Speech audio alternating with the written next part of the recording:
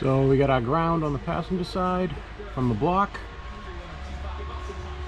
over to that motor mount bolt, so the frame is grounded to the block, and on this side from the block, and we're going to tie these all up nice, and that goes up and through, and I decided to run it through the front, actually up to the battery, so there's no wires going up that way through there, and it keeps it a little bit cleaner. So I'm going to give you some wiring tips that I use, just in case you're a person that's not like me, who has an insane attention to detail, bad not ADHD, OCD, and maybe a touch of the tism because of that extreme attention to detail, to where I'll rip a whole harness apart if I see there's one little turn or whatever breakout I could have done differently to make it look a hell of a lot better, like I just did. So you already saw I did my battery cables. You see there's a lot more cables here now. I'm doing these are all wires for my vintage air setup, and I easily could have run them somewhere, whatever, in here over to the battery, because that's my power and ground for the vintage air. But why would I do that? Because this engine bay is going to be almost wireless. It's going to be a Bluetooth engine bay. So on the firewall up over there, there's a hole for the pass-through for these wires, and there's a heater valve that goes back in there, or a harness for the heater valve that goes back in there and plugs into that. So I ran everything, all the heater lines and everything are all run between this fender and inner fender well. So everything's all hidden in there. So I ran my wires through there too. So I came over here and I was like, I'm looking, there's like nothing that's going in here, like this whole area behind here.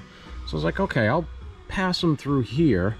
Not really the greatest thing, but once they're loomed and I insulate them so nothing rubs in here, it'll be good. And had them coming down through here, because the blue wire out of it got to go to the trinary switch that I put in here to actuate the fan and the compressor, and had them all run over here. And I was like, okay, because what I'm going to do is follow this all the way up to the battery and just extend these a little bit, because I got to go directly to the battery power and ground. So I had them all like that. And I came over here and I happened to glance over and I was like, oh, well, my wires come right out of there. I was like, well, shit, what if I just run them right out here? And don't worry, this is all going to be insulated and shielded, so nothing's going to ground out here and wear through eventually. And just run them like that, so I don't have any wires coming out in this area or in there. Yeah, so there is a lot of touch and go when it comes to wiring like this, when you're doing a completely new wiring harness. Like, every wire was stripped out of the car and you're redoing the whole thing, because you'll have everything run and you'll realize, oh crap, this harness has to go that way too. I could go over that way, but it'll be neater if I go that way and join it into this harness. And so I still have the harnesses that I have to run for the MSD box and the Sniper too. The Sniper main power is over here, but the other connector that comes off of the Sniper for all your accessories, your fans and whatnot, that still has to be done. But then basically I'm powertrain wiring right now, because all this other stuff that is actual body wiring, that can be done after and separately. That doesn't have to be integrated with what I'm doing here, because that's usually pretty well hidden from the factory, and if it's not, American Auto Wire gives you a good amount of slack so you can hide them where you want to hide them. Then you run into things like this. The Sniper and the MSD both need their own coolant temp sensor and vacuum input. The Sniper vacuum input, thankfully, the map sensor is built in. It gets it right from underneath it in the manifold vacuum. This one is not. It's over here. But I can tap it into one of those ports, no problem. This, I actually decided I'm going to find somewhere to mount it inside, because this is the wiring for that, and pass it straight through, so there's no wiring there. What you run into a problem with now is, like I said, multiple systems. We have our gauges over there that are going to go in. Oil pressure, no problem. I'm going to use the factory oil pressure port. None of these other systems need oil pressure. Water temp, however, we're going to have to run the supplied sensor for that. And this is where you start running into issues, because I used on the LS head, there's the water port on each end here. So this one I'm using for the MSD. The one on that side I'm using for the Holly. Where am I going to use, or what am I going to tap into for the gauges now? Well, thankfully, because we're using a front runner system, you can mount your heater hose lines either here or underneath here. So there are 2 more bungs under here. So I'm going to run that into there, which means I'm going to have to run, this is where I'm getting with this. I'm long-winded today, I'm noticing. So I'm going to have to run another harness for that. The oil pressure sender, no problem. We can run it right there, right in. It's small, whatever. This one, it's going to have to either come down this way and in, or around the back and in, and then underneath to there. But these are the things when you're redoing this whole system like this that you have to think about and realize that you kind of have to be 4, 5, 6, 7, 8 steps ahead of yourself so that you don't get everything all terminated and done and hooked up and realize, oh crap, got more harnesses that need to go in here. So we are slowly getting there though. Let's see, what we got, anything good in here yet? All my wiring is done in there besides power and ground for the vintage air, and then you have these 2 wires. One is your 12-volt switched ignition, so you turn on for the whole vintage air kit, and the other one is your illumination wire. And here's another one. Illumination wire is going to get hooked into the illumination wire also for the gauges and for the radio, as well as ignition power goes to both of those things too. Basically doubling and tripling up on all kinds of outputs in this thing. And we're not even halfway through installing everything yet. But little by little, you get there. And if you don't go and rush and go crazy with it, you don't find yourself screwed having to rip apart complete harnesses that are already fully taped up and loomed and heat shrunk and all that stuff. But it's OCD. I don't think I'd be able to do this without it. Because my brain always kind of operates 6 steps ahead of time. All right, back to work. Rambler's back. One other thing I wanted to add into that whole wiring spiel. I like to run, once I get my, I can't find the terminals, so I'll have my terminals and I can terminate these main wires. I like to run, I love these Optima dual post batteries. I run my main battery and grounds to the top posts, and I use these side posts for all of my accessories. So on this one, it will be getting the powers and grounds for the Holly and the MSD. It will be getting the power for the amp. It will be getting the ground for the body ground, all on these side posts, terminals.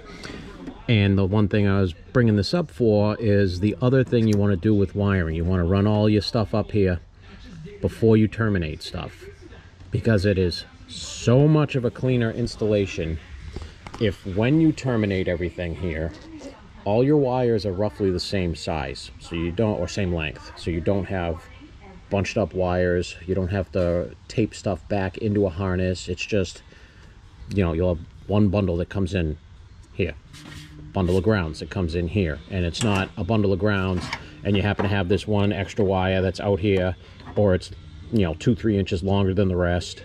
Oh, also, we'll add into that because I just glanced over there, the electric fans, that relay setup will be on these side posts as well. And then we will have one switched ignition that will come out here and feed basically all the pink wires that are on all this crap, the ignition on for the relay that the fans are going to be on. The trinary switch will need ignition on. There's a lot. There is a lot of stuff to keep track of, and it's a good thing I'm the type of person who obsesses about this stuff. Like, I'll go home today, I'll play with my dogs for a little bit, I'll clean the house. I don't know if I'm going out tonight, we'll see. Kind of been doing grown-up stuff now that I'm about to close on the house. I'm closing on the house on the 8th, by the way. so it's a couple days away. But when I go to bed tonight, when I finally fall asleep, my brain will, for no reason at all, just start going through all these steps of all this stuff I have to do. So this is how, I'll give you a good example. I'm rambling again, I'm rambling. I bench made this harness at Ferrari, but I labeled everything. That's my power and ground. This right here goes to the purple wire and the sniper. So this is my trigger wire for this to spark, and that is going to, where'd it go? Oh, it's over there. It's in that harness over there. So this twisted pair is a high-low trigger that you use for an MSD box or distributor or whatnot, depending on what application you're using. But I had to do some research because Holley doesn't give you an instruction for this, but through forums, amazingly, people that just post stuff and half of them don't know anything, I found out that this purple wire has to attach to that gray wire to get the input that MSD needs for spark. I have completely sidetracked off into another thing. I'm gonna do some more wiring and then I'll get back to you. I'm back. So I was doing some looking around. Like I said, you always got to evaluate everything and see what would be the best thing. And I was looking inside for some way to mount this MSD. Then I realized, I remembered, you know, talking about the wiring here, that this is an open space right here. We want to, you know, it doesn't have to be invisible, but we don't want it to be out in the open, basically. I hate drilling through firewalls if I don't have to. That's one of my pet peeves. If you don't have to drill through a firewall, I don't like to. Not because of structural or, you know, a little bit because of water leaks, but if you know, use a good grommet and some dum-dum, you're good. But I just don't like doing it. So I was looking here and I'm like, that's not a bad spot right there. But what's going on right there is it's a pain in the ass to get to these bolts and everything. And then I sat there and I looked even more and I was like, huh, that's an even not badder spot right there. So I am going to have a friend of ours make a bracket to come off of here so I can mount this with all the feet. And that means that the main harness here that the power runs through, I am now going to be running that power and ground with the wires along with the vintage air. And I just completely simplified the wiring for that whole deal right there. And I like keeping these harnesses all nice and big and together instead of having multiple harnesses all over the place. I hate clutter, especially in an engine bay, especially in one that's going to look as nice as what this is going to look like when it's done. This is one of the nicer engines that I've painted, but like I've said before, I am extremely partial to the Pontiac metallic blue. I've always been a Pontiac guy. I've always loved that engine color. So I'm gonna mock that up over here, run those harnesses over there, and then feed those wires up through to over here. So I like that idea, but I had to modify it. Running the harness around through like that, there was not enough length to run it through here and hide it and get it over to here. And I don't want to lengthen that harness, just because I don't want to introduce any extra resistance or any noise into it, even though it probably would be fine. So I was like, huh, what if I run the harness through the center of the intake there and then down through here? And I do have enough length to do that. But this leads into, like what I was saying, I like everything to be neat and uniform and keep the same length and whatnot. So this is, I'm gonna all tie this up nice and neat under there, but this way, this I gotta flip underneath here, but I can run it in line with the heater ones, or the heater hoses, and just keep it looking uniform. So there's more wires here, but it's uniform, so it doesn't detract from everything else that's in here. So I'm going to do some cleanup. Unfortunately, I can't finish mount that until I get that bracket made to put it right there, but that's the place I want it. That's a very good location for that box. It's right there, so we can get to it to adjust it if we ever want to. Makes that wiring section of it a lot easier. But yeah, so we are going to button that up, clean that up, and then see what I got to do next. More and more wires. All right, so we have cooling fan power and ground, or sorry, power, cooling fan trigger. And so the way these are triggered, everything is ground triggered. So we are going to have a 12-volt ignition source come down, go into the blue wire, sorry, the white wire I like to use. And the blue wire is going to be into a switched ground. Now we have this one from the Holley Sniper that switches ground when the coolant temp sensor gets to whatever temp we set it at in the handheld and turns the fan on. The trinary switch gets the other one. So this is your on for your AC compressor from the Vintage Air, and that gives you your voltage signal on from that. Then you have, so there's, on the trinary switch, there's 4 terminals. That goes to 1, and then one of those goes out to the AC compressor. So we got 1, 2, the third one goes grounded. The fourth one is your ground trigger. So that will be set up to this wire, and then it grounds out to the body, and that is going to turn that on. So that switch will turn on the AC compressor, and it has an it's like a double, it's a trinary switch, it's a 3-way switch. So it'll turn on the compressor at a certain PSI, turn it off at a certain PSI, but it will also turn the cooling fans on and cycle them at a certain PSI. And all of that is going to be running here as well. So my main plan for my 12-volt ignition is, I know I have plenty on the American Auto Wire fuse block inside. We're going to run that out, hidden in through this whole thing and down into here, and that is going to power all of my needs that needs a 12-volt ignition. So it's going to come over to here. This is a 12-volt ignition. This is for the MSD box. There's a 12-volt ignition up top for the Sniper. That I'm going to keep that up there and splice into that up top, because we can hide all that up there. Then I'll need 12-volt for the relay for the fan, which is going to be this blue wire. And it's escaping me right now, but I do need another 12-volt up here as well. So I like to run that once and hook everything that I need to hook into that to that circuit. But right now we're going to wire up the cooling fans, and then I think I might be done for the day. I've done a good amount of wiring on this thing already. I swear to God, wiring is the hardest thing to justify to make it look like you've been working. I don't know what time it is right now. I think I've been here for about 6 hours and I've accomplished a crap ton. But it doesn't really look like it, because it's just a lot of running and terminating and organizing. So, got a ton accomplished today. Might not seem like it through the video, but there's not much you can really film for wiring. Even a time lapse would just be completely pointless, because you just see me literally tucked in the engine bay the entire time. But we'll give you a little walk around here. MSD location figured out.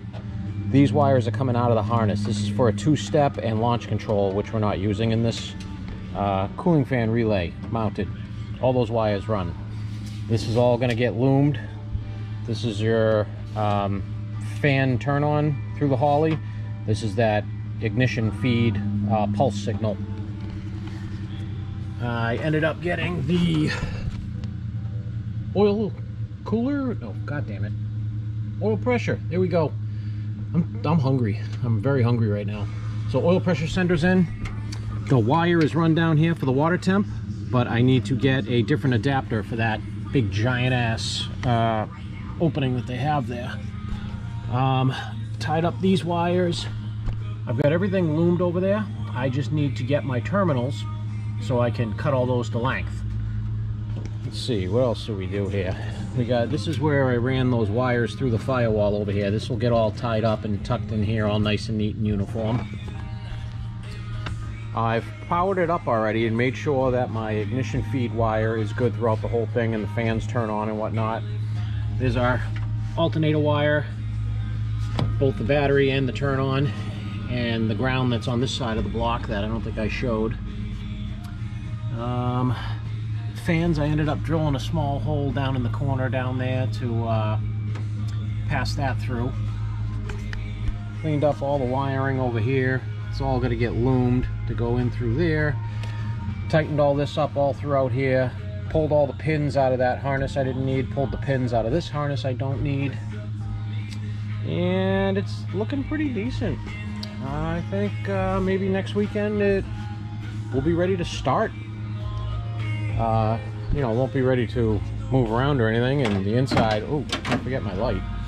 The inside won't be ready because there is a lot of wiring to take care of, well, to eliminate and then take care of in here. But it's not as bad as it seems. That's why I like tackling the outside first or the inside first, either or. I don't like jumping back and forth because that turns into a nightmare for my brain. But let's see. It's coming along nicely though. I really, like I said, I really want to get these tail lights powered up and see how the sequential LED tail lights look on this thing. But we will get there. So I gotta check the schedule. I'm not sure if I'm working next weekend.